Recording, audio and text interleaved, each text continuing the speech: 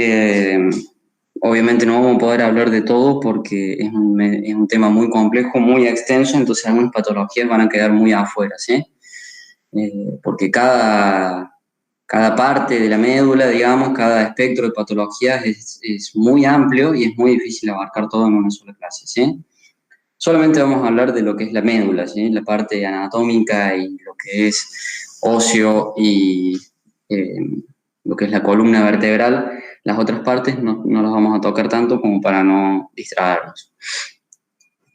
Un poco de anatomía para repasar, es parte del sistema nervioso central, la médula, recuerden eso, que va desde la unión medular en el foramen magno hasta la unión bulbomedular hasta el cono medular, ¿sí? Se encuentra dentro del canal raquídeo y está rodeado por líquido cefalorraquídeo, ¿sí? Eso es lo mismo que el sistema nervioso central, que el encéfalo, digamos. Comparten esas mismas características y al mismo tiempo están rodeadas por meninges, por las tres capas de la meninge. Se divide en 31 segmentos, que son los segmentos cervicales, que son 8, los torácicos, que son 12, los lumbares, que son 5, 5 sacros y 5 coxigios, ¿sí? Que son acá cortitos, y 1 coxigio, perdón. La médula tiene dos áreas que son un poco más anchas, que una es la porción cervical, que va de C5 a T1, y la otra que es de T9 a L1, que corresponden a los plexos cervicales y lumbosacros, ¿sí? Acá tenemos representaciones esquemáticas, una vista anterior y otra vista posterior, y acá vemos los ensanchamientos que tiene la médula, ¿sí? Y que termina en el filum terminal. Recuerden que la médula suele terminar entre T12 y L2, no más de eso, no más abajo de eso. Esta es una representación también esquemática que nos va a mostrar lo que es sustancia gris, sustancia blanca, los plexos venosos y las meninges que la rodean. Y este es un corte por resonancia magnética en lo que nosotros generalmente vamos a ver en el día a día, ¿sí? ¿Cómo está compuesta la médula? Al igual que el sistema nervioso central, que el cerebro, digamos, tiene sustancia gris y sustancia blanca, pero a diferencia de lo que es el cerebro, la sustancia gris en la médula espinal es de localización central y tiene una forma característica que es en forma de H o de mariposa. ¿Sí? Este es un corte por resonancia magnética, un preparado histológico en una resonancia de 9.4 Tesla, y vamos a ver bien cómo tiene la morfología perfecta de H, la médula espinal, y la sustancia blanca que la rodea. Estos son esquemas que lo vamos a ver repetidos en esta clase, que bueno, como complicación es que está dado vuelta, ¿sí? Esto es posterior, esto es anterior. Nosotros en resonancia vamos a ver siempre así, lo anterior como no anterior y lo posterior como posterior, ¿sí? ¿Qué tenemos que saber de la sustancia gris? Que está compuesta por cuernos, ¿sí? Un cuerno dorsal, que es este, ¿sí? El que está pintado en azul, que va a llevar información sensitiva, ¿sí? Que tiene núcleos sensitivos. Un cuerno ventral, que es este de acá, que va a llevar, que va a tener núcleos motores, que se van a encargar de la parte motora de lo que es el cuerpo. Y los núcleos y los cuernos laterales, que son estos de acá, pero están en una localización específica, van de T1 a L1, es decir, por encima y por debajo no están los cuernos laterales, sino que la médula tiene una morfología más como este tipo, ¿sí? Y va a tener núcleos autonómicos e interneuronas. ¿Estamos? Después, la sustancia blanca, a diferencia de lo que es el cerebro, es de localización periférica y va a estar dividida en tres columnas, la columna ventral, la lateral y la dorsal. Cada una va a llevar axones específicos y información específicas y distintos tipos de tractos, ¿sí? Aquí abajo tenemos una representación esquemática que nos va a hablar de lo que es el segmento dorsal. Tenemos la neurona sensitiva, recuerden que estos son los ganglios de las raíces dorsales. Entonces, lo que va a entrar por la parte posterior es neuronas, digamos, sensitivas, ingresan por el cuerno posterior, que recuerden que tenían núcleos sensitivos, y después va a ascender. Y por la parte anterior van a estar los núcleos motores y que van a ingresar hasta los cuernos anteriores, ¿sí? Los cuernos ventrales. Hay tres cosas fundamentales en la sustancia blanca de la médula que tenemos que saber sí o sí, que son el haz córtico espinal, el haz espinotalámico y las columnas dorsales. porque van a llevar información muy precisa, muy específica, y va a tener cada paciente características clínicas diferentes según cuál esté afectado y cuál no. ¿Sí? El haz córtico-espinal es un haz motor, por ende es descendente. Está compuesto por dos tipos de motoneuronas, la motoneurona superior y la motoneurona inferior. ¿Sí? La motoneurona superior es la corteza cerebral.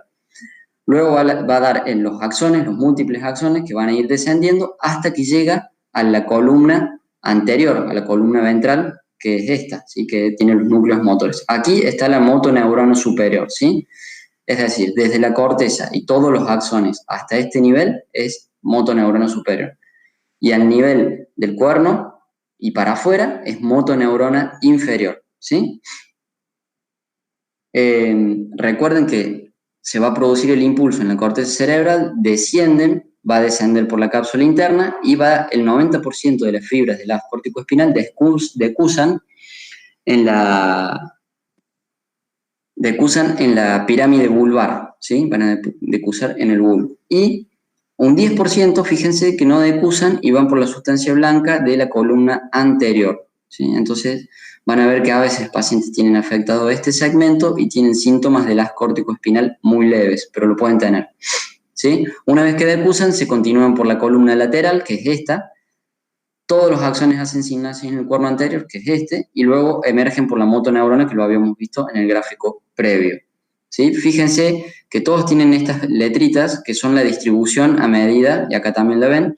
Entonces, lo que está más medial empieza con cervical, se continúa por torácico, luego lumbar y finalmente sacro. Fíjense acá, cervical, torácico, lumbar, sacro. Acá ya la parte cervical desapareció porque todas las axones de la parte cervical ya emergieron, ya salieron. Y acá fíjense que ya no está la parte torácica. Entonces, dependiendo del nivel donde hay lesión, es donde vamos a tener la clínica o el nivel de la clínica. Fíjense que cuando el neurólogo viene a consultar por una médula, él dice tiene tal y tal nivel, ¿sí? Son muy precisos cuando ellos vienen a definir la clínica. Después tenemos las columnas dorsales, que son haces sensitivos, por ende son ascendentes, ¿sí? Llevan información precisa, que son la vibración, la propiocepción y el tacto fino, ¿sí? Y van a decusar también en el bulbo raquídeo por dos núcleos específicos, ¿sí? Van a ir ascendiendo, o sea, es decir, vienen por la neurona sensitiva, ingresan a la columna dorsal y empiezan a ascender por los columnas dorsales hasta llegar a dos núcleos específicos. El núcleo cuneatus, que es este de acá, como le indica la flecha, que es el lateral, que se va a encargar de lo que es la parte sensitiva de las extremidades superiores y del tronco superior. Y el núcleo gracilis, que es este central, que va a ser medial, y se va a encargar de las extremidades inferiores y del tronco inferior. Y como les había mencionado, ambos dos decusan en el bulbo y ascienden hasta la corteza cerebral a la parte sensitiva, ¿sí? Y por último tenemos el haz espinotalámico, que también es un haz sensitivo, por ende es ascendente, pero tiene un par de particularidades. Primero, la información que lleva, una información de temperatura, dolor y tacto grueso, ¿sí? Estas son todas cosas que los neurólogos van evaluando y la información, recuerden, es muy precisa.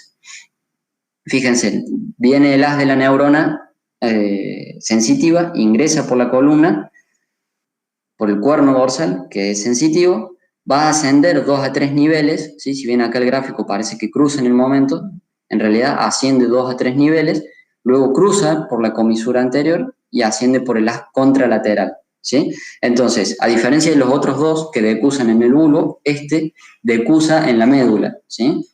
Pero no en el mismo nivel donde entra el nervio.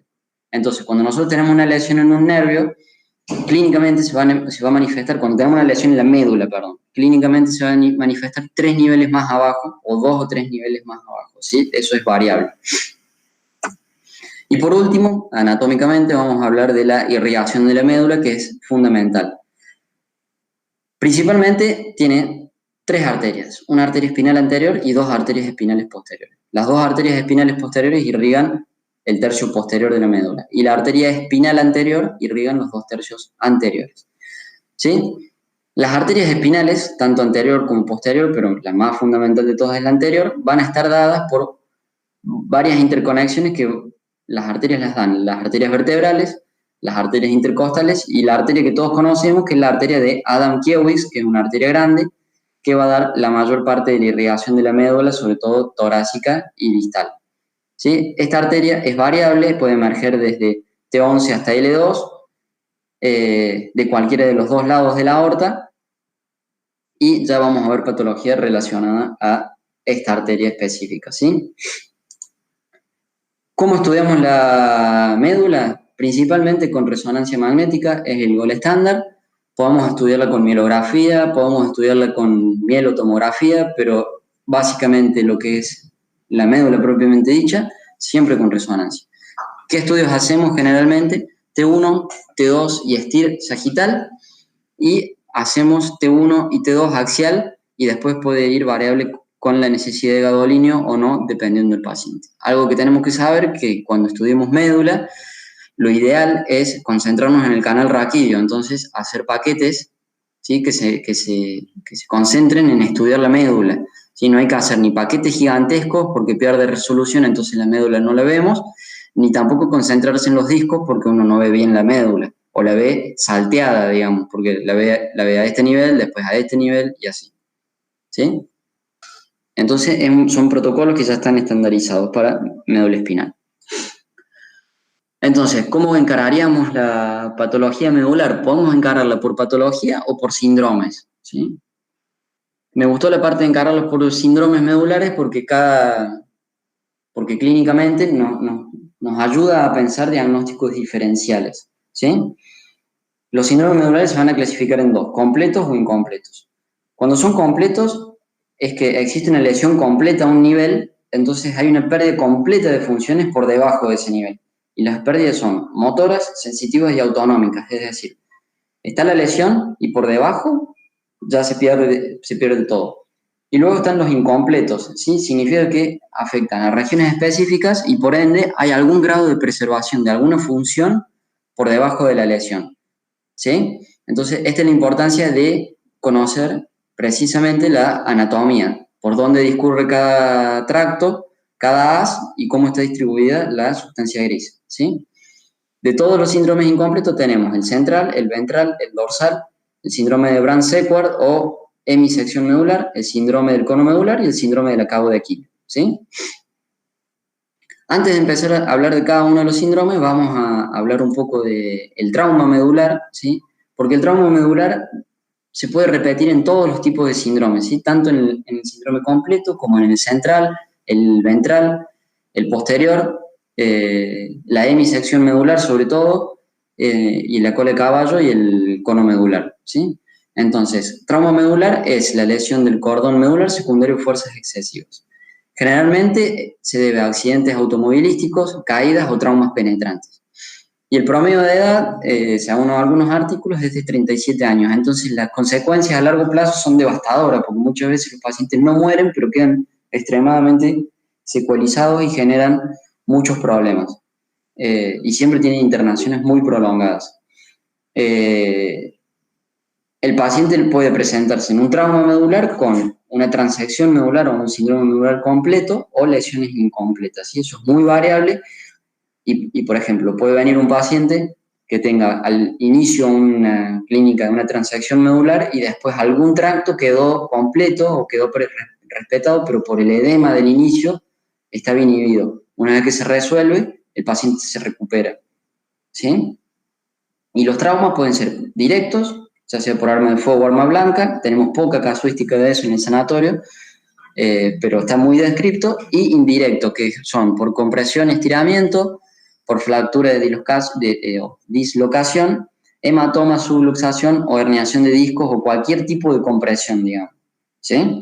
Pero generalmente la fractura y la dislocación es lo más frecuente que vamos a ver, o lo más grave, ¿sí? de los traumas indirectos. Entonces, ¿cómo va a ser el mecanismo? Van a producir contusiones y hematomas adentro de la médula, además se va a asociar edema medular y esto va a ir interrumpiendo los tractos, ¿sí? Acá tenemos un ejemplo de un paciente que tiene un trauma medular importante con desplazamiento, luxación. Fíjense que tiene mucho edema en la parte posterior la médula está totalmente alterada y se ve hiperintensa. Algo que no les dije todavía es que cuando veamos lesiones medulares o sospechemos mielopatía, las secuencias T2 y T2-STIR son muy importantes porque nos hablan, vamos a ver bien la intensidad de la señal de la médula. En cambio, en el T1, no tanto, ¿sí? Entonces, siempre tener en cuenta que estas secuencias tienen que salir con buena calidad, ¿sí? Algo que tienen que saber del trauma medular es que pacientes con enfermedad degenerativa previamente establecida, no necesariamente de tener una fractura, una luxación, no necesariamente tienen que tener este nivel de trauma para tener una lesión, ¿sí? Y ya vamos a ver algunos ejemplos.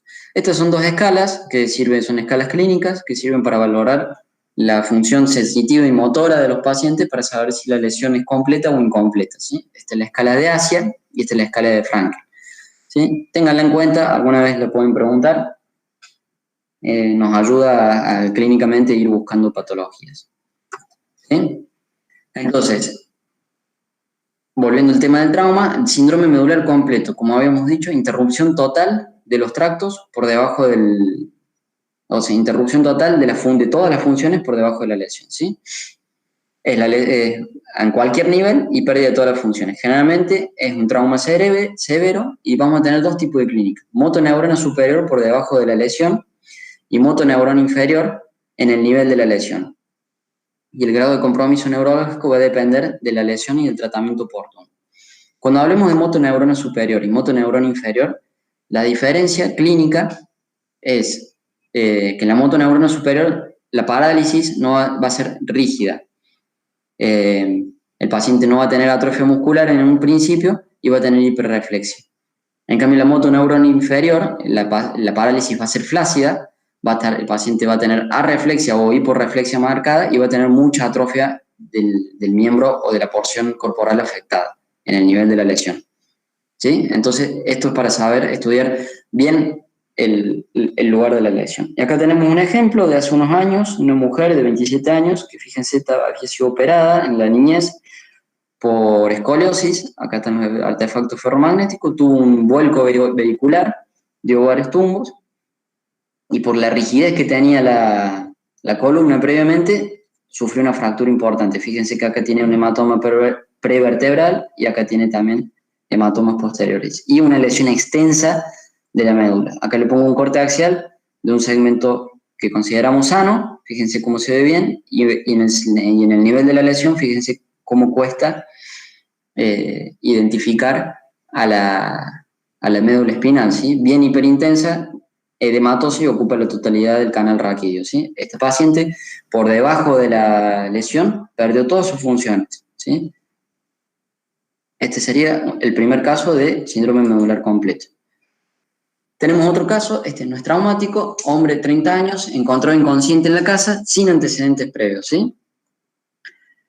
Primera imagen, T2 sagital, fíjense que se encuentra una lesión difícil de caracterizar, centromedular, que ocupa también todo el ancho del canal raquídeo y por encima y por debajo de la lesión sigue existiendo edema medular, ¿sí?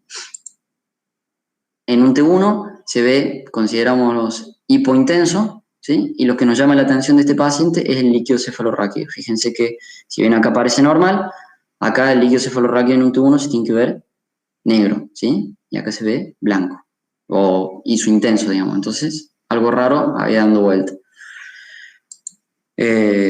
Controlo a los 2 días y fíjense como en un T2 lo que era la lesión de antes se volvió muy hipointensa y el resto de la médula, con el edema medular, persistía hiperintenso, ¿sí? Y en el T1, fíjense que ahora es más hiperintenso, esto es sin gadolinios y espontáneamente se volvió hiperintenso, y en donde yo les decía que el líquido cefalorraquídeo no se veía bien, fíjense cómo acá se volvió negro y acá se volvió blanco. Entonces, la sospecha, ¿cuál es acá? Una hemorragia medular, ¿sí? Con hemorragia subaracnoidea asociada. Se le hizo secuencia gradiente de eco y fíjense todo el componente hemático que tenía y el componente hemático en el espacio subaracnoideo y al mismo tiempo la lesión edematosa que afectaba la médula, tanto por encima como por debajo, ¿sí? Y aquí, si bien este es un gradiente de coaxial a este nivel, ¿sí?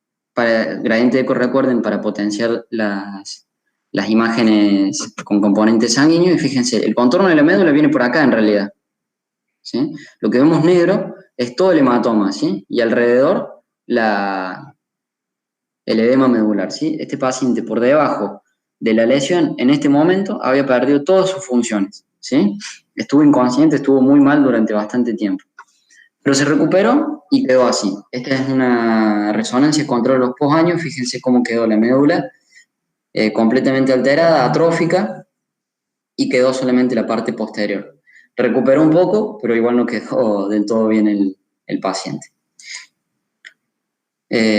Entonces seguimos con los síndromes medulares incompletos. Ahora van a ver que se empiezan a repetir algunas patologías. El trauma siempre va a estar en todas las patologías. Después, en los síndromes medulares incompletos, algo que van a ver frecuente, que lo vamos a hablar, es la esclerosis múltiple, ¿sí? Síndrome medular completo central es uno de los más frecuentes, es cuando afecta a la parte central, ¿sí? Generalmente secundario a trauma por mecanismo de hipertensión, de hiperextensión. En los pacientes que tienen estrechamiento del canal raquídeo y espondilosis, también es más frecuente. La región cervical es la más afectada.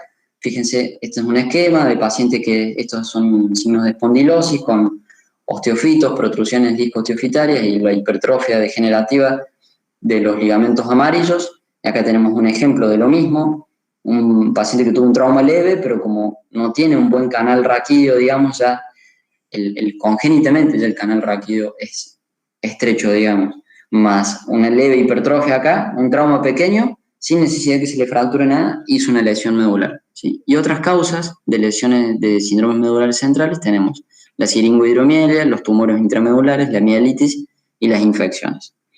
La clínica del síndrome medular va a depender si la lesión es pequeña y bien central o es grande, ¿sí? Y ahora vamos a ver bien cómo es. Si son pequeñas, miren, fíjense, afecta este segmento. Ese es el canal conducto ependimario, ¿sí? Afectan este segmento.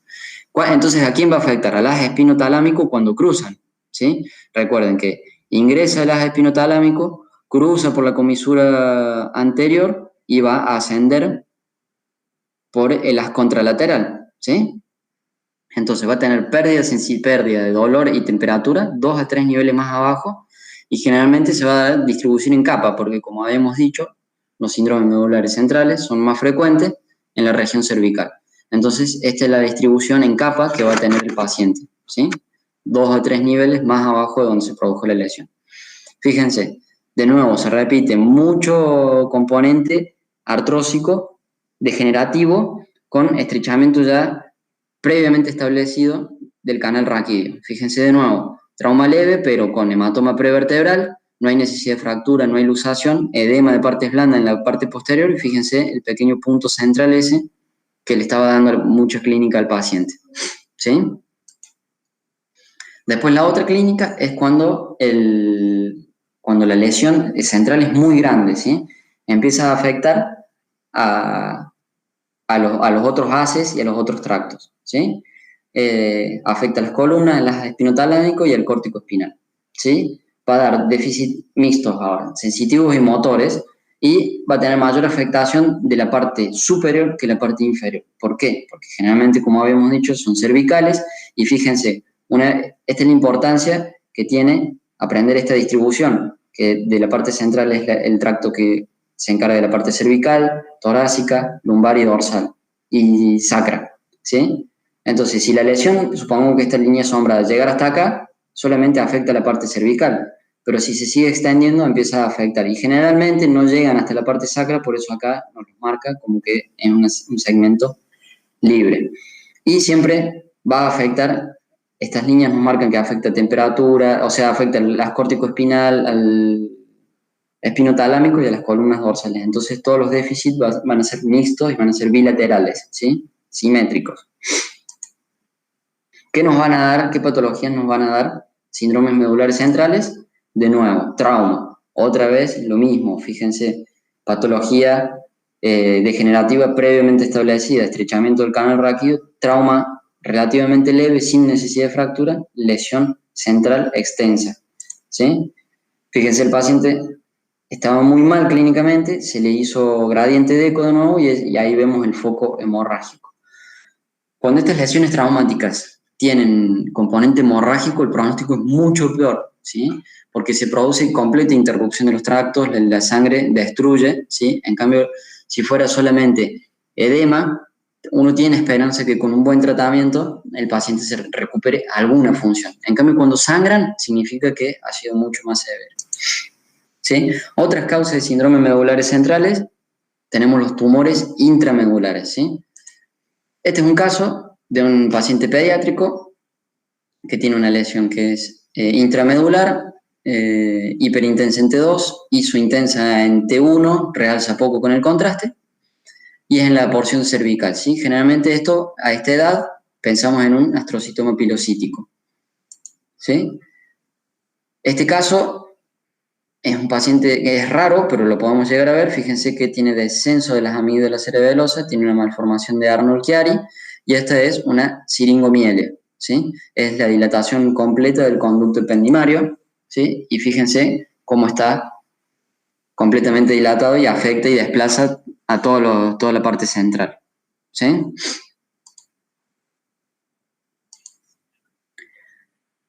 Otra causa de síndrome medular central es la inflamación, ¿sí? Si bien se los voy a mencionar en esta parte, no es lo más frecuente, es muy raro, es la esclerosis múltiple, ¿sí?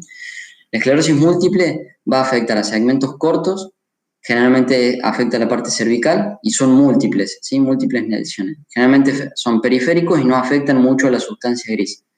Hay casos raros en lo que son más extensas o más tumefactas, digamos, y afectan a más segmentos, a la parte más central de la médula. Pero es a modo de ejemplo, después se va a solapar con otros síndromes, ¿sí? Como les muestro en el esquema, es segmentos cortos significan no más de 3 cuerpos vertebrales, cervicales y múltiples, ¿sí? Y generalmente ven periféricos.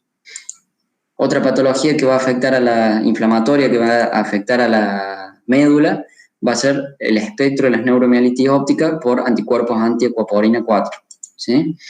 Estas dan mielitis longitudinalmente extensas, también son centrales, afectan a la sustancia gris, son de localización cervical y se extienden generalmente hacia arriba hasta el tronco, ¿sí? Van a afectar la unión bulbomedular y el área postrema, son características de estas lesiones.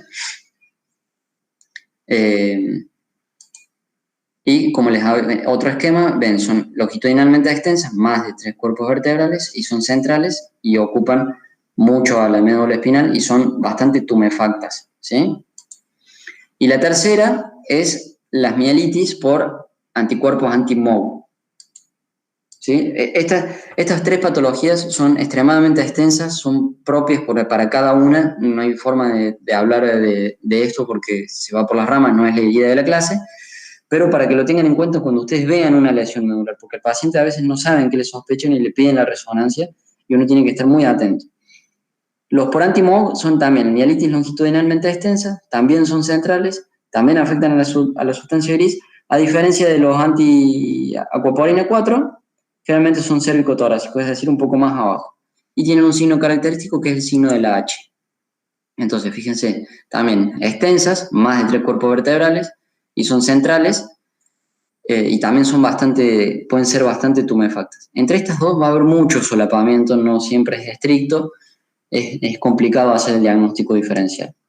Vamos a ver casos de todos. Fíjense, estos dos de acá arriba son esclerosis múltiple, ¿sí? Una paciente que tiene una lesión hiperintensa de segmento corto, no ocupa más de 3 segmentos vertebrales y generalmente abarca la parte lateral. Decíamos que no afectaba la sustancia gris, pero fíjense, este caso afectó la sustancia gris, ¿sí? No va a ser tanto un síndrome central pero bueno, ténganlo muy en cuenta. Este paciente es por un espectro de neuromielitis óptica, paciente pediátrico, fíjense, mielitis longitudinalmente extensa, mucho más de 3 cuerpos vertebrales, fíjense que se extiende hacia la unión bulbomedular, y si bien este no es el caso, ténganlo en cuenta como diagnóstico diferencial. Se está hablando actualmente de esta bright spot lesions o signo del punto brillante, ¿qué significa? Cuando la hiperintensidad del centro de la médula o tiene un punto que la intensidad es mayor que la del litio cefalorraquídeo, puede ser considerado específico del espectro de neuromielitis óptica secundario a antiacuaporina 4. Y este es otro paciente adulto, que también, fíjense, mielitis longitudinalmente extensa, pero en un corte axial, fíjense cómo afecta selectivamente a la sustancia gris. Este es el signo de la H, signo específico para la mielitis por anti-MOB, ¿sí? Pero recuerden, no siempre es estricto, fíjense que este no tiene el signo del punto central y este, como habíamos dicho, que si bien no afecta hasta tan alto, es cérvico-torácica generalmente, miren cómo llegó hasta el tronco, ¿sí? Recuerden, son muy solapadas, pero piensen en estos signos específicos cada vez que la vean. Y estos sí van a dar síndromes centrales, como lo habíamos descrito previamente. Y por último, en lo que es los síndromes centrales, tengan en cuenta las infecciones, es decir, los abscesos intramedulares, ¿sí? Que son por diseminación hematógena y siempre, cuando sospechen un absceso o patología infecciosa, tratar de hacer difusión. Este es un paciente, fíjense, trasplantado cardíaco, que está operado, ¿sí? Inmunodeprimido y empezó con síntomas neurológicos y lo referían a este nivel de la columna. De nuevo, ven, hay una lesión chiquitita asociada a edema de la médula, ¿sí?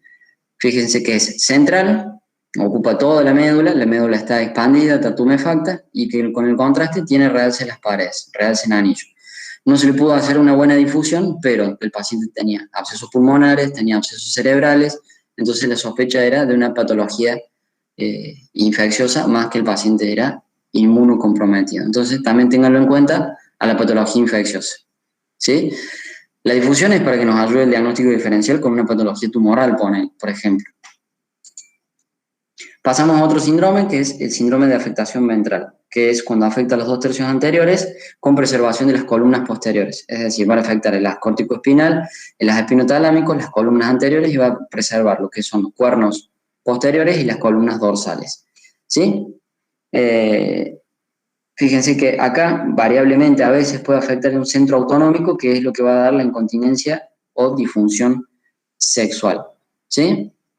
La causa más frecuente es la isquemia. Otra causa puede ser compresión por hernias discales, fíjense esclerosis múltiple cómo se suman, y de todos el que acarrea más secuelas. Fíjense que estos dos pueden ser solapados, porque la causa isquémica puede tener muchas causas, ahí las vamos a ver, pero la compresión anterior, ya sea, puede ser por hernias discales o puede ser traumática, no importa. Pero acuérdense que acá está la arteria espinal anterior, cuando la comprime crónicamente, a la larga, ¿qué va a producir? Una isquemia, ¿sí? Y va a producir clínicamente esto, pérdida de la temperatura y dolor y pérdida motora por el haz córtico-espinal. Fíjense que el haz córtico-espinal empieza en el nivel de la lesión y el haz espinotalámico, o sea, la pérdida de temperatura y dolor, empieza más abajo. Recuerden que eran 2 a 3 niveles más abajo de donde se encuentra la lesión. Vamos a la isquemia, ¿sí? La isquemia puede ocurrir secundario a aterosclerosis, a estados de shock, a hipotensión sostenida, a disección aórtica, por ejemplo, y a la cirugía aórtica. Ténganla en cuenta, a la cirugía o a la colocación de endoprótesis, por ejemplo, cuando las endoprótesis son muy extensas, a veces tapan todas las arterias intercostales y la arteria de Downkiewicz, y el paciente no tiene colaterales, entonces no lo soporta y genera una isquemia medular, ¿sí? Tiene dos signos, que es la hiperintensidad en T2 en forma de lápiz. Fíjense, esa pequeña línea, a veces tengan cuidado porque a veces son artefactos, son muy difíciles de ver, pero esa pequeña línea y el signo característico, el signo de los ojos de búho, que son esas dos hiperintensidades centrales, que son secundarias a isquemia, ¿sí? Después, los síndromes con afectación de las columnas dorsales, ¿sí? Es cuando afecta el tercio posterior de la médula, pero principalmente puede ser selectiva de las columnas dorsales, sin afectación de la sustancia gris, ¿sí? Puede dar pérdida del tacto fino de la propiocepción y la vibración. Entonces el paciente va a tener ataxia, mareo, inestabilidad y cada día frecuente. Y cuando el paciente cierra los ojos, tiene romper positivo. Y las causas no son muchas, ¿sí? Hay una específica que es la degeneración combinada subaguda, que es por déficit de vitamina B12, ¿sí? Hay otra también que es específica, que es la mielopatía asociada a VIH. Después la esclerosis múltiple, como ven, se empieza a repetir en todos este tipo de patologías. El tabes dorsal, yo no he visto nunca, es muy poco frecuente, secundaria sífilis. Y la compresión externa, la podemos llegar a ver, que sea y la causa puede ser tumores extramedulares o extramedulares, intradurales, perdón. Y acá vamos a ver un par de ejemplos, ¿sí? Entonces, esta es la línea sombreada, nos representa la afectación. Entonces, va a ser desde el nivel de la lesión hacia abajo y va a tener la pérdida del tacto fino, la vibración y la propiocepción. ¿Sí? Esto que se ve acá abajo es el signo de la V invertida, que es el caso de la degeneración combinada subaguda, ¿sí? Este es un caso de la literatura. Fíjense ahí la hiperintensidad que afecta a las columnas dorsales. Y este es un caso del sanatorio, que vean la hiperintensidad, y acá como se ve en el sagital. Si bien la paciente a este diagnóstico no se lo logró confirmar, aparte, como verán, es un paciente que tenía patología previa metastásica, ¿sí? Pero tiene afectación selectiva de las columnas dorsales, ¿sí? Entonces, no hay muchas opciones de patología. Cuando lo vean, presten atención, es muy preciso, digamos, la resonancia. Vamos a ver otro paciente, fíjense cómo este paciente había tenido un trauma, fíjense que acá está operado, le habían resecado los arcos posteriores y ya había quedado con una lesión. Y fíjense que cómo afecta la parte posterior de la médula. Si bien este paciente tenía más afectado, más allá de solamente las columnas dorsales, pero es un ejemplo de origen traumático, de origen compresivo. Y este es otro paciente que fue del año pasado, si no me equivoco, que tenía esta lesión. Fíjense, tenía mucha clínica, obviamente tenía algo compresivo, extramedular, probablemente intradural o no se sabía en ese momento. Fíjense que tiene importante mielopatía de la médula. Este es un T1 Fafileco que da una buena diferenciación tisular, no tanto de la información de la médula, pero sí muy buena diferenciación de los otros tejidos. Y este es un T1 con gadolinio, fíjense cómo realza. Esto resultó en un meningioma, ¿sí? Fíjense que era una patología compresiva, secundario a un meningioma. Y fíjense cómo el paciente, acá ya tiene resecado, ven el arco posterior, había quedado con mucha afectación de las columnas dorsales, ¿sí? En el postquirúrgico. Quedó con esta mielopatía, ¿sí? Otro síndrome es el síndrome de la hemisección medular o síndrome de Brown-Séquard, que es cuando se afecta la mitad de la médula, ¿sí? Solamente una mitad. Generalmente puede ser por trauma penetrante, que obviamente esto nosotros no lo vemos mucho. Una patología poco frecuente, pero hay que tenerla muy en cuenta, es la hernia medular transdural idiopática. Ya vamos a ver un ejemplo. Las compresiones, la hemorragia medular y las fístulas arteriovenosas menos frecuentemente, que afectan así selectivamente a la médula, ¿sí? Y fíjense que es complicado la clínica que da. Fíjense que da de los dos lados, pero da cosas distintas, ¿sí? Afecta la motoneurona superior del mismo lado. Recuerden que viene descendiendo el haz corticoespinal, entonces corresponde motoneurona superior porque todavía no salió por el cuerno anterior, perdón. Después da lesión de las columnas posteriores, entonces tiene pérdida del tacto fino y propiocepción. Estas dos son al nivel de la lesión, ¿sí? Fíjense, al nivel. Después, lesión del haz espinotalámico. ¿Cuál es la diferencia con este? Que es pérdida de temperatura, dolor, 2 a 3 niveles más abajo de la lesión, y contralateral, porque recuerden que el haz espinotalámico decusa en la médula, no en la pirámide vulvar, ¿sí? Entonces va a afectar el lado contralateral. Y tiene un pequeño segmento que va a tener una pérdida combinada, digamos, motora, y una pérdida completa sensitiva y un déficit sensitivo completo en ese nivel de forma segmentaria, así que es en el nivel de la lesión, digamos. Entonces vamos a ver un poco de ejemplos. Este es un caso de la literatura, que vemos acá, el paciente lo habían apuñalado por la espalda, ¿sí? Este es el ingreso del cuchillo y fíjense cómo afecta a la mitad de la médula, ¿sí? Este es el mismo paciente, acá tenemos el ingreso y cómo afectó la mitad de la médula. Fíjense que acá uno puede creer que el síndrome es central o no sabe bien a dónde afecta la lesión, por eso es la importancia de los cortes axiales. Este es el caso que le había hablado de la hernia transdural idiopática, ¿sí? Que es cuando se produce, cuando la médula tiene un defecto congénito, la dura madre tiene un defecto congénito y a través de la dura madre se protruye la médula y se va a manifestar con este síndrome de hemisección medular, ¿sí? Entonces, fíjense, vamos a tener un corte normal, fíjense, este es el cordón medular, este es el saco, ¿sí? Que es a este nivel, ¿sí? Y un corte más abajo, al nivel este, fíjense que como viene el saco dural, la dura madre, acá tiene un defecto y la médula es esta acá, apelotonada, ¿sí? Y esto es artefacto del líquido cefalorraquídeo, del movimiento del líquido cefalorraquídeo, ¿sí? Pero la médula en realidad está acá. Presten atención que hay un diagnóstico diferencial para esto que no es la hernia, sino es el quiste aracnoideo tipo 3, que a veces con estas secuencias T2 espineco no se ve las paredes del quiste, no lo podemos diferenciar, entonces le podemos hacer secuencias balanceadas, ¿sí? Que son secuencias bien potenciadas en T2, T2 duro, para ver si le objetivamos las paredes del quiste, ¿sí? Porque esto tiene una buena, con resolución quirúrgica, tiene buenas respuestas, ¿sí?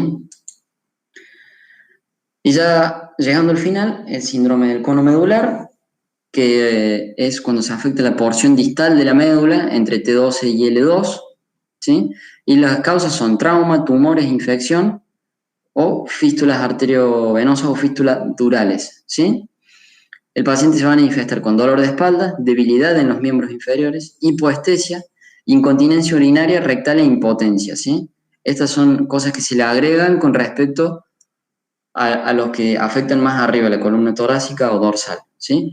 Este es un caso de un trauma muy severo, fíjense cómo está completamente luxada la columna lumbar a posterior y el canal raquídeo acá no se lo ve prácticamente, ¿sí? ¿Cuál es la diferencia del cono medular con la cola de caballo? Es que el cono medular va a tener clínica mixta, digamos, de motoneurona superior e inferior. En cambio, la cola de caballo es solamente motoneurona inferior. ¿Por qué?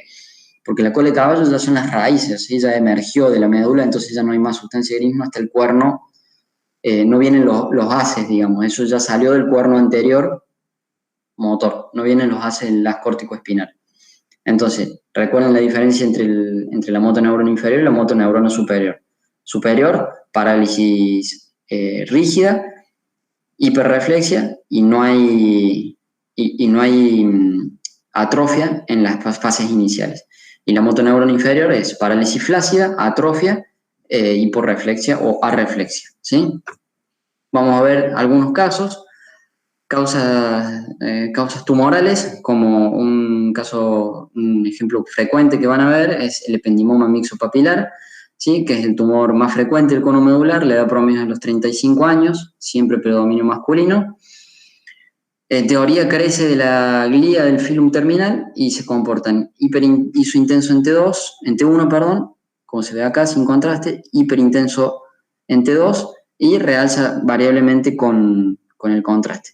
Y hay un signo específico que es el signo del capuchón hipointenso. ¿Por qué es esto? Los ependimomas medulares tienden a sangrar, ¿sí? Tienden a tener componente hemorrágico. Entonces, este capuchón es la hemorragia, digamos, que se va produciendo en el tumor, ¿sí? Que acá también lo vemos al capuchón, ¿sí? Otros tumores que pueden dar esto es el hemangioblastoma o las metástasis, ¿sí? Ya menos frecuentemente. Las fístulas arteriovenosas lo ponemos en la parte del síndrome del cono medular porque, bueno, generalmente son más distales, pero tengan en cuenta que las fístulas arteriovenosas o las fístulas durales pueden afectar a cualquier parte de la médula, pero generalmente, como dice ahí, es entre T6 y L2. ¿Qué son las fístulas? Son cortocircuitos entre arterias radiculomeningias y venas radiculares y el plexo venoso epidural, ¿sí? Producen, ¿y cuál es la clínica del paciente? Va produciendo congestión venosa de manera crónica, produce edema medular, el edema lo lleva a la hipoxia, luego a la mielopatía y finalmente se termina infartando, ¿sí? Producen un robo vascular a la médula. Entonces, ¿cómo lo vamos a ver nosotros? En T2 vamos a ver todos los vasos dilatados, tortuosos y con vacío de flujo. Fíjense, todos esos puntitos, ¿sí? Si nosotros pudiéramos mover acá la imagen, son los múltiples vasos tortuosos, fíjense con contraste, cómo realza, ¿sí? Y el diagnóstico lo podemos confirmar con cualquier tipo de angiografía, angioTAC, angioreso o angiografía digital, que bueno, es el diagnóstico, es diagnóstico definitivo y terapéutico. Fíjense esta fístula, este es un caso del sanatorio, cómo baja por todo el canal medular, ¿sí? Y esta es la lesión que produce. Fíjense que acá ya estamos cerca del cono medular porque acá están las raíces de la cola de caballo que ya empezaron a salir y la lesión hiperintensa central, ¿sí? ¿Qué es lo que finalmente nos va a terminar dando el síndrome que estábamos mencionando? Cola de caballo, y ya para ir cerrando, es la afectación de la raíz de la cola de caballo. La más frecuente que vamos a ver son estas dos.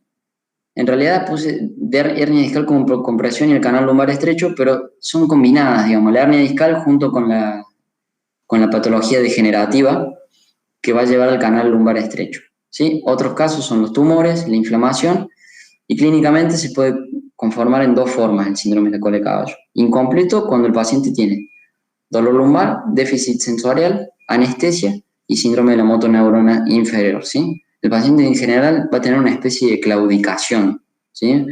Una claudicación muy parecida a la claudicación vascular. El paciente camina un par de metros y claudica, tiene que frenar porque empieza a sentir mucho dolor y luego puede continuar, ¿sí? Y es completo cuando se suman las alteraciones urinarias, el paciente empieza a tener incontinencia. Este es un caso de canal lumbar estrecho, fíjense, acá yo les marco un nivel donde el canal lumbar está respetado, ¿sí? Se ven bien las raíces y la cola de caballo, y este otro nivel, en que acá las lesiones, fíjense, siempre a veces son combinadas. Tenemos la patología discal con la protrusión o la hernia discal y la hipertrofia degenerativa, que es esta, de los ligamentos amarillos. Y fíjense que el líquido cefalorraquídeo prácticamente no se ve y las raíces de la cola de caballo están apelotonadas, ¿sí?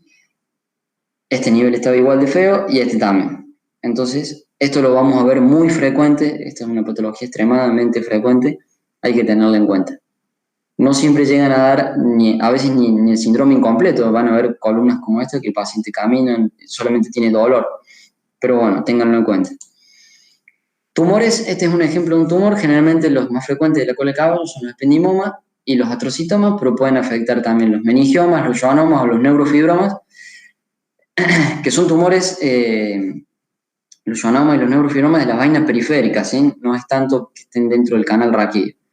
Este es un caso del sanatorio que fíjense el gran tumor que tenía distal, fíjense que acá está el cono medular, se terminó lo que es la médula, y está afectando todas las raíces de la cola de caballo, ¿sí? Realza mucho con contraste y realza mucho las leptomeninges también, ya tenía diseminación leptomeninge cuando inició.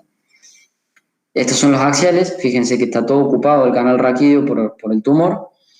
¿Y qué nos llama la atención aparte de la resonancia? Es un niñito, ¿sí? Una niña, mucha más clínica no nos refería, digamos, ¿sí? Pero fíjense la vejiga hasta dónde le llega, ¿sí? O sea, tenía el síndrome de la cola de caballo, ¿sí? Esta es una vejiga neurogénica, ¿sí? La paciente orinaba por rebosamiento, no porque realmente pudiera controlarse. El diagnóstico final de este tumor fue tumor neuroectodérmico primitivo del filum terminal, pero bueno, la nomenclatura de esto ya ha cambiado, no sé si sigue estando bien, pero bueno, era un tumor anaplásico maligno y el diagnóstico fue muy dificultoso. Y ya para ir cerrando, las causas inflamatorias o infecciosas que nos den síndrome de la cola de caballo. Uno de ellos es el Guillain-Barré, que es una enfermedad autoinmune caracterizada por parálisis flácida rápidamente progresiva, que da paresia y parálisis, o hiporreflexia reflexia, y es ascendente y simétrica, ¿sí? Ojo con el Guillain-Barré, que no es exclusivamente el síndrome de la cola de caballo, sino que puede terminar afectando todo el cuerpo, ¿sí?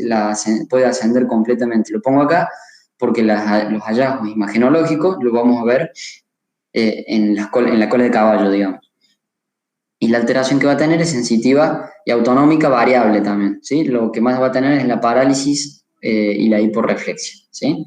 Y que sea ascendente y simétrica es algo característico del Guillain-Barré. Y otra, ya sea inflamatorio o infeccioso, es la aracnoiditis, ¿sí? Que es la inflamación e infección de las meninges y del espacio subaracnoideo, que generalmente lo vamos a tener posterior a un procedimiento, ¿sí? En el sanatorio solemos ver esto posterior al procedimiento. ¿Qué procedimiento? Cirugía de columna o punciones lumbares, ¿sí?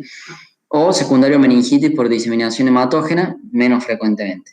Son 3 tipos, o 4 tipos, si lo quieren decir. Tipo 1, cuando la aglomeración de las raíces de la cola de caballo es central. Tipo 2, cuando la distribución es periférica, que dan un signo que se llama signo del saco vacío. Y tipo 3, cuando hay un tejido blando que reemplaza el saco tecal. Y la aracnoiditis ossificans, que es ya un estadio crónico, que es cuando se osifica todo este tejido y reemplaza lo que es el saco dural y bueno, el paciente queda muy secuelizado, digamos. Entonces vamos a ver ejemplo. Acá tenemos un ejemplo de Guillain-Barré. Generalmente el paciente puede tener un Guillain-Barré, pero la resonancia sea normal. Si tenemos hallazgos patológicos, lo más frecuente es encontrar esto, las raíces, el realce posgastado de las raíces de la cola de caballo, ¿sí? Otra causa de afectación de las raíces de la cola de caballo o con síndrome de la cola de caballo es la diseminación leptomeningia. Esta es una pacientita que tenía un tumor cerebral. Fíjense que este es el cono medular ya finalizando, ya habían salido las raíces de la cola de caballo y ahí tienen todos los realces. Esta es una diseminación leptomeningia con afectación de las raíces de la cola de caballo. Cuando haya diseminación leptomeningia, que se llaman drop metástasis, van a afectar frecuentemente a las raíces de la cola de caballo. Siempre estudianla cuando tengan un paciente pediátrico con tumor cerebral y les pregunten por hacer los axiales, nunca se olviden de hacer las raíces, ¿sí? Y estos son 2 casos de la literatura de aracnoiditis, que esta es una tipo 1, que fíjense, este no es el cordón medular, sino son todas las raíces de la cola de caballo apelotonadas en el centro de la médula. Y este es el tipo 2, que son, este es el signo de saco vacío, fíjense que las raíces están apelotonadas por fuera, ¿sí? Después la tipo 3 y la ossificans son más raras, no encontré muchos casos, pero bueno, es como para que lo tengan en cuenta todo este tipo de patologías, ¿sí? Lo más frecuente puede ser las cuestiones compresivas, como había dicho, o algún tipo de tumor, ¿sí? Estas aracnoiditis no son muy frecuentes a pesar de la cantidad de punciones lumbares que se hacen como por anestesia, digamos. Y listo. No sé si alguno tiene alguna duda, quiere aportar algo. La verdad que hay muchas cosas que faltan, que son difíciles y es muy difícil abarcar toda la patología medular, pero bueno, me gustó así encararlo con los síndromes para que lo tengan en cuenta y piensen cuando el médico venga y les diga, no, es sensitivo, motor, nivel tanto, nivel tal otro, como para que tengan en cuenta un abanico de posibilidades. Muy buena, Germán. Después se la vamos a pedir a Salvatore que graba todo, así que el que la quiera tener, pero bien, muy linda la charla y bien enfocada además. Bueno, gracias.